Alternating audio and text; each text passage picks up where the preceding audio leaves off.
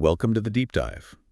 You know, when Libya comes up in the news, it's usually about recent conflicts, maybe political instability. Right, that's the common image. Exactly. And while that's part of the picture today, it really just scratches the surface. It misses so much depth layers of history, culture, external forces that have, well, really made Libya what it is. It's an incredibly deep and complex history. So our mission today is to dig deeper than those headlines. We want to uncover the key moments, maybe some surprising facts, the influences that have shaped Libya right from its ancient beginnings, through all the complex changes up to the challenges it faces now. Yeah, try and connect those dots across millennia. Think of this as your shortcut to getting genuinely well-informed about this fascinating North African nation. So let's dive in. Let's do it. To really get Libya, we have to go back. I mean, way back. We're talking, what, around 7,000 BC? Yeah, roughly. That's when you see this big shift from nomadic hunting and gathering towards more settled agriculture. Right. So people start staying put, forming settlements. Exactly. Especially in those fertile spots, oases, river valleys where you could actually farm. Makes sense. And as these places grew, trade really started picking up between the farmers and, say, nomadic herders. Okay, so bringing in new stuff, food, materials. Precisely. New wealth, too. But this also created new problems, new strains on these early societies. Like what kind of problems? Well, think about food storage. Suddenly you need safe, reliable ways to store surplus grain. This leads to public buildings like silos, maybe even early tapples playing a role. Ah, interesting. And managing it all. Yeah, and tracking it. You even see the beginnings of like ceramic stamps being used to mark whose grain was whose. Early property rights, an organized economy taking shape. So this complexity, it kind of naturally leads away from just simple clan leadership. It does. You start seeing the emergence of, well, kings, more complex bureaucracies, lives backed up by armies. And to manage that, you need records. So systematic record-keeping starts, distribution systems get more intricate, and critically, literacy starts to become important. Right. The ability to write things down. That's a huge step. Around 3100 BC, you see the adoption of hieroglyphic writing. Like in Egypt. Exactly. And this wasn't just, for shopping lists. It was a complex system, really the cultural foundation of ancient Egyptian civilization. It let them record myths, rituals, history, manage the state. Everything. And it fueled that monumental art and architecture we know. Absolutely. It shaped their governance, their religion, their whole identity. And crucially, Libya wasn't developing in a vacuum here. Not at all. It was incredibly interconnected with ancient Egypt, culturally, politically, militarily, almost like an offshoot in some ways. Even across, 1,000 kilometers of desert? Yeah, the influence was profound. What happened in Egypt often had ripple effects across Libya, really steering its course early on. Okay, so that ancient world eventually shifts. New powers rise. Rome enters the picture after Carthage falls. Right, after the Third Punic War. And the Romans didn't just, plant a flag. They fundamentally reshaped things. How so? Well, North Africa became vital for them, absolutely central to their expansion. Think food supply crops, livestock for the Roman armies for building the empire. So Libya becomes a breadbasket, in a way. A critical one. Right. And they invested there, settled Roman veterans, built cities, ports, a major transformation. But I imagine the locals weren't always happy about this new Roman order. Definitely not. You had local tribes, Berbers, who maybe valued honor differently than Roman currency. They got Roman weapons, though. Uh-oh. Yeah, leading to what historians sometimes call organized brigandage. Basically, armed tribes raiding, sometimes almost state-sanctioned banditry. It led to major rebellions. Any key figures? You mentioned Juba. Right. Juba was a major Berber chief, but his struggles were mostly further west in modern-day Algeria and Morocco. His impact on Libya itself was, let's say, lighter. Okay, so external control sparking internal resistance. A recurring theme, maybe. Very much so. And as Rome's power eventually faded, another empire stepped in, the Byzantines. Right, around 533 A.D. Justinian's general, Belisarius. Exactly. He recaptures North Africa from the Vandals, and Carthage, interestingly, becomes Libya's most important city, its capital again. And wealthy. Hugely wealthy, described as having terrific wealth. A lot of that came from Cyrenaica's wheat shipped off to Constantinople and Rome. So paint a picture of Byzantine Carthage. Okay, imagine high walls, luxurious houses, gardens, those famous Roman-style baths, theaters. And lots of monasteries popping up, too. And culturally, was it all Greek now? Well, that's what's fascinating. Greek was the official language, sure, but Latin just hung on among the educated classes. Yeah. That Roman legacy was deep. And the economy beyond wheat. Oh, very diverse. They were breeding horses, camels, donkeys, gathering honey, fishing, even harvesting seashells for roofing tiles, exporting things like saffron, coriander. Wow. And lots of ships, I assume. Definitely. Significant naval activity. They used Libyan timber, processed it into ships at places like Eryx and Carthage. We read about massive warships, 800 oarsmen, 400 soldiers, and merchant ships carrying hundreds of amphoras. Big maritime power. Okay, so Byzantium has its time, but then another major force arrives, one that really reshapes the whole region, Islam. Right. The spread into the Maghreb was rapid, but Right. not without initial challenges. Oh, what kind of challenges? Well, the culture, the geography were different. The inhabitants were sometimes more politically organized than the tribal structures the Arabs were used to dealing with elsewhere. But the Arabs had strong tribal loyalty and, of course, their powerful new faith. So how did the conquest unfold in Libya? Cyrenaica and Tripoli fell relatively quickly, between about 643 and 647 AD. They pushed west again more forcefully around 663, conquering Numidia and Mauritania. And the result? A really profound shift towards what scholars call demographic, cultural, and ideological homogeneity across North Africa. Its impact is obviously still felt today. Fast forward several centuries and another empire arrives. The Ottomans. Yep, they start moving into North Africa around 1510, and by 1551, they've conquered Libya. And how did Ottoman rule work there? Was it tightly controlled from Istanbul? Initially, yes, but they granted the local governor, the Bey, quite a bit of autonomy. And this eventually led to something interesting. Which was? The Karamanli dynasty of Beys. Starting around 1740, they became increasingly independent from the Ottoman Sultan. Ah, ruling Libya almost as their own state. Pretty much. They exercised really rigid control over farming, the economy, the cities. They turned Tripoli into a major hub for European trade, but also, significantly, for the slave trade. Okay, let's unpack this Ottoman period more. It wasn't all smooth sailing, was it? You mentioned external pressures earlier. Right. This is where things get really interesting. European naval power starts rising, and it disrupts the Ottomans' established Mediterranean trade routes. And that has consequences inside Libya. Huge consequences. It weakened central control, which in turn led to nomadic Bedouin groups raiding more frequently. Tripoli itself was sacked repeatedly. Devastating for the economy, I imagine. Absolutely devastating. The population dropped, agriculture collapsed. Grain output, for example, went from maybe 300,000 tons a year down to less than 80,000 by the late 1800s. Wow, that's a massive decline. It is. And then came another blow.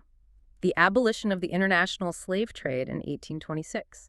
Because Tripoli was a major hub for that. Exactly. And the British, especially, enforced treaties against it. So Tripoli's domestic slave population plummeted maybe from 50,000 down to under 6,000 by 1895. So the city's economic engine just seized up. Pretty much. That phrase, marble-encrusted purgatory of decrepitude, really captures it. A once thriving center hollowed out by these global shifts. Which sets the stage, tragically, for the next major upheaval, Yeah. modern European colonization. Yes, Italy. Their campaign really kicked off with a naval victory at Tripoli, September 29, 1911. And it wasn't just a change of administration. The accounts are brutal. They are. The Italians carried out brutal massacres, not just during the fighting, but afterwards, too. Concentration camps. Yes. Horrific numbers. Estimates suggest at least 100,000 Libyans died in those camps, out of perhaps 120,000 deported. And they had this nemesis policy, basically targeting anyone seen as opposition. Prominent Libyans from the Ottoman era, their families systematically executed. A real attempt to break resistance. And then, once they felt they had control, in the 1930s came assimilation. A very serious, deliberate policy. They essentially eliminated secondary and higher education in Arabic. Forcing people towards Italian language and culture. Intense pressure. Thousands of families felt forced to give up their mother tongue to assimilate into Italian culture just to survive or get by. A deep cultural wound. Then World War II happens. Libya is still under Italian rule. And the brutality continued. The Italians used terrible weapons against Libyan tribes, incendiary bombs, chemical weapons. They bombed regions with no military targets, attacked fighters with chemical... Civilians caught in the middle. Absolutely. Peasants who'd lived relatively peacefully under the Ottomans were now facing this modern industrial warfare, horrific accounts of women and children being killed by planes or ships. But there was resistance. Oh, yes. Critically important to remember. The Libyan National Army fought back hard. They managed to overrun some Italian forts, even started producing their own makeshift artillery. So Italy loses the war in 1943. Liberation for Libya. Not exactly. That's the tragic irony. Instead of independence, Libya gets put under an international trusteeship run by Britain and France. Leading to more discontent, I guess. Widespread discontent. There were uprisings against the French, particularly in the Wadi al-Hayat area.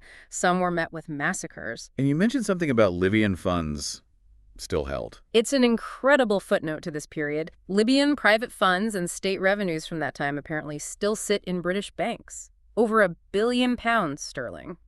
Still stagnant. Wow. Okay, so eventually there's a move towards a kind of independence, but still under external influence. King Idris. Right. King Idris al-Senussi was announced back in 1941 in Benghazi. Then, in 1944, the British military governor approved a constitution. But with strings attached. Definitely. It was designed with British restrictions, aimed at maintaining their influence and control. So, independence, yes, but perhaps not full sovereignty from the get-go. And then everything changes. Oil. The Black Gold Revolution, as you called it, discovered in 1955, and production just exploded. The numbers are staggering. Nearly 23 million barrels per day by 1966. Making Libya one of the world's biggest producers, and eventually, by the 1980s, one of Africa's richest countries on paper. But here's where it gets really interesting. That wealth didn't necessarily translate into development or stability, did it? No, and that's a crucial question. How could a country with such sudden, vast wealth remain in many ways underdeveloped? And how did that fuel the pressures leading to Gaddafi? So where did the early money go? A lot of it went to private foreign interests, primarily American and British oil companies, the magnates who got the concessions. So Libyans weren't seeing the benefits. Not proportionally, no. And this, combined with political factors like King Idris refusing to join the U.S.-led Baghdad Pact against Soviet influence, created a lot of internal resentment. Fertile ground for change. Exactly.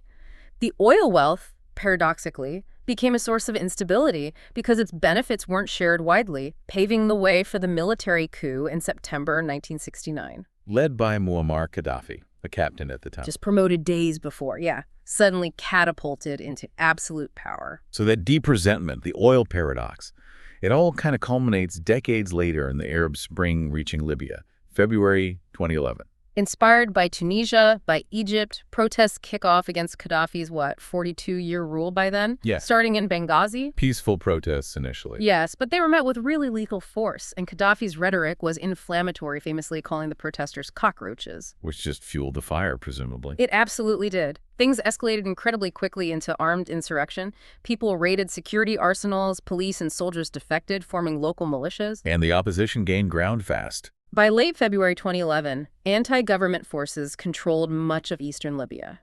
Gaddafi's brutality just kept escalating, which in turn galvanized international opinion for intervention.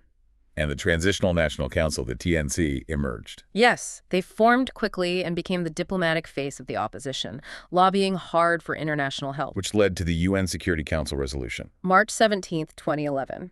Calling for civilian protection, imposing sanctions. That paved the way for coalition airstrikes, mainly French and British-led, starting just 2 days later, March 19th. Ultimately leading to Gaddafi's fall and death later that year. In late October 2011, yes.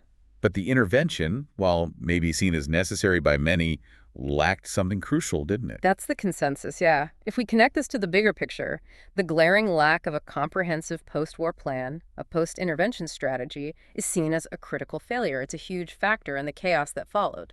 So Gaddafi's gone. The TNC is recognized internationally. But what was the reality on the ground? Well, 8 months after Gaddafi fell, Libya still didn't have a constitution, no real democratic institutions, no established political parties, no civilian control over the military. A power vacuum, essentially. And the TNC itself. There were worrying signs, reports suggesting they were maybe unwilling to give up power easily, which just complicated things further. So what did this mean for ordinary Libyans? Caught between... Well, what exactly? Caught between competing centers of power. Since 2011, you've basically had two rival governments vying for legitimacy. Alongside that, state institutions just crumbled, and armed groups, militias, fragmented and proliferated. And weapons became easier to get. Hugely. The liberalization of weapon control, as analysts put it, sophisticated weapons flooded the market, making security far, far worse. And the post-Gaddafi governments How did they manage security? It's complex. They actually used some of the anti-Gaddafi armed groups to try and suppress Gaddafi loyalists, especially in the east, but they failed to reconcile or integrate these groups properly afterwards. Creating instability. Exactly. It helped create these ungoverned spaces that became fertile ground for extremist groups like IS, other radical Islamists. And the fighting didn't stop. Haftar's offensive on Tripoli. April 2019, that was a major escalation, intensifying the conflict dramatically. It really sounds like Libya became an arena for other countries' conflicts too. Proxy wars. Absolutely. It's a classic example. Local actors' agendas are completely tangled up with the interests of external powers. Turkey and Russia are often mentioned as key players. So looking back at 2011, the intervention. The consensus seems to be intervention may be necessary to stop immediate massacres, but the way it was done, without any real plan for what came next, that's almost universally seen as a major mistake contributing to the ongoing disaster. And the human cost. What has this meant for the people living through it? A deteriorating humanitarian situation ever since 2011.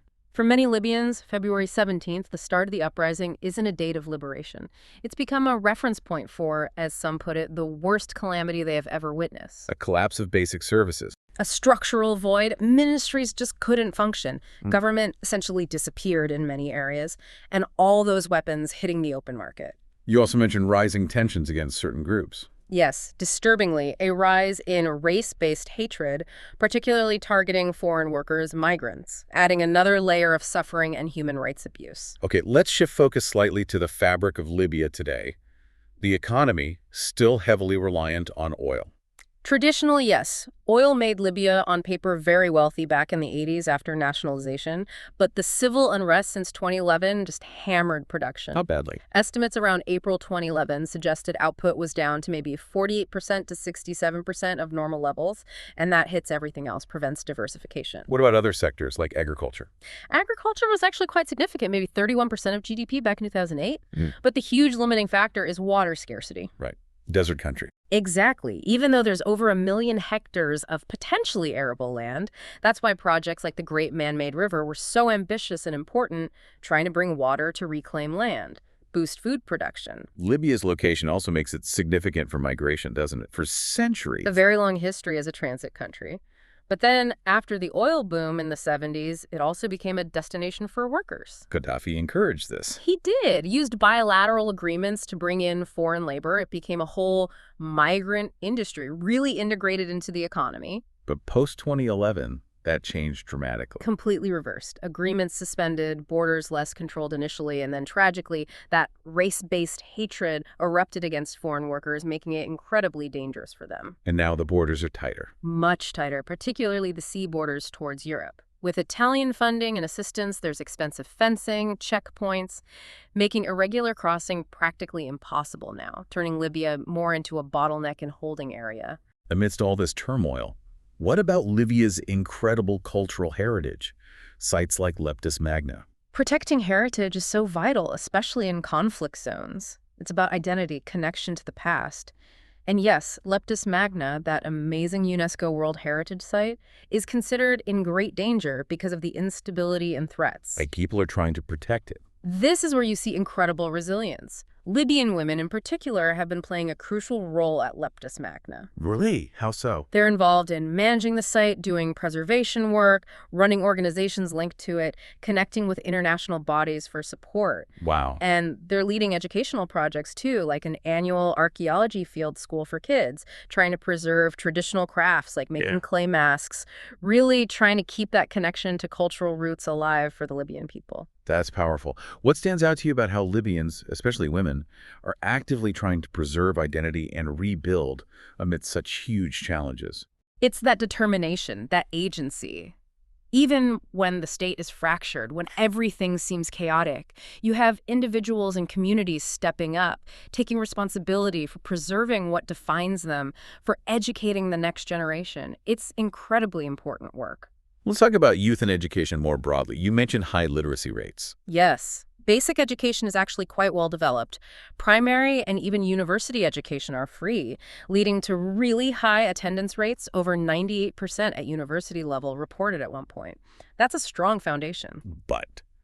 There's always a but. There is. The big weakness is that the system is seen as poorly connected to the demands of the job market. Meaning graduates aren't necessarily equipped for available jobs. Exactly. It's not producing a job-ready workforce, particularly lacking skills in areas like IT or foreign languages, which are crucial today. What's the economic fallout from that? You get the strange situation, a large number of unfilled jobs because employers can't find people with the right skills, alongside many graduates in low productivity jobs or unemployed. The risk is creating a highly educated but ineffective workforce. Which raises that really tough question you posed earlier. How does a society rebuild its economy, its social fabric, when institutions are broken and outside interference continues? It's the core challenge. Libya went from being seen as relatively safe before 2011 to years of civil war, anarchy, state collapse, with militias controlling huge areas. And the impact on people's basic safety and rights. A significant deterioration, widespread reports of torture, arbitrary detention, assassinations, kidnappings, and the rise of politically extremist groups exploiting the chaos. Are there positive forces working against this? Civil society? There are definitely civil society groups doing vital work on the ground, but they face enormous challenges: extremism, misgovernment, sheer lawlessness, poverty. So investment is needed there. Critically needed. Investment in rebuilding those civil society networks is essential if Libya is going to heal and find a way forward from the ground up. Okay, so bringing everything together, Libya's long history of outside influence, its oil wealth, the trauma of colonialism, the complex aftermath of the Arab Spring, it leads us to a final thought for you, our listener. Considering all these layers, what fundamental internal elements do you think must be prioritized for Libya to forge a truly stable, self-determined future, moving beyond reliance on external interventions?